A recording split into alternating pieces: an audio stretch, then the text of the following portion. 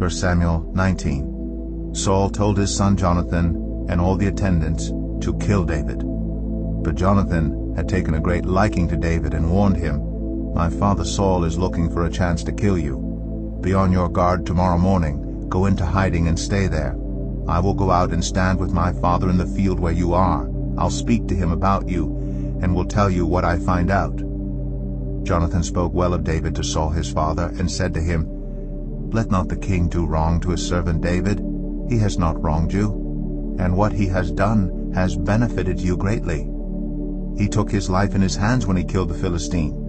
The Lord won a great victory for all Israel, and you saw it and were glad. Why then would you do wrong to an innocent man like David by killing him for no reason?"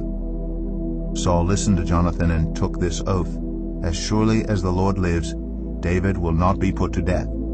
So Jonathan called David and told him the whole conversation. He brought him to Saul, and David was with Saul as before. Once more war broke out, and David went out and fought the Philistines.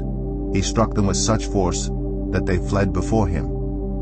But an evil spirit from the Lord came on Saul as he was sitting in his house with his spear in his hand, while David was playing the lyre. Saul tried to pin him to the wall with his spear, but David eluded him as Saul drove the spear into the wall. That night David made good his escape. Saul sent men to David's house to watch it and to kill him in the morning. But Michal, David's wife, warned him, "If you don't run for your life tonight, tomorrow you'll be killed." So Michal let David down through a window, and he fled and escaped. Then Michal took an idol and laid it on the bed, covering it with a garment and putting some goat's hair at the head. When Saul sent the men to capture David, Michal said, "He is ill." Then Saul sent the men back to see David and told them, "Bring him up to me in his bed so that I may kill him."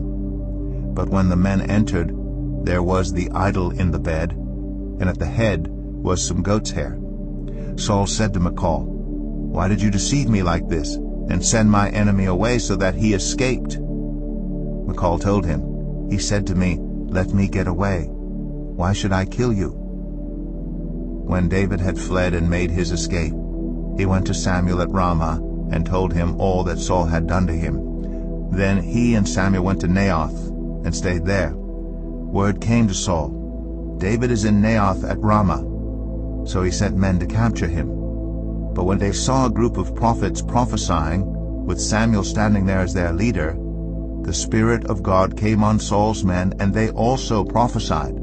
Saul was told about it, and he sent more men, and they prophesied too. Saul sent men a third time, and they also prophesied. Finally, he himself left for Ramah and went to the great cistern at Seku, and he asked, "Where are Samuel and David?" "Over in Naioth at Ramah," they said. So Saul went to Naioth at Ramah, but the Spirit of God came even on him, and he walked along prophesying until he came to Naioth. He stripped off his garments, and he too prophesied in Samuel's presence. He lay naked all that day and all that night. This is why people say, "Is Saul also among the prophets?"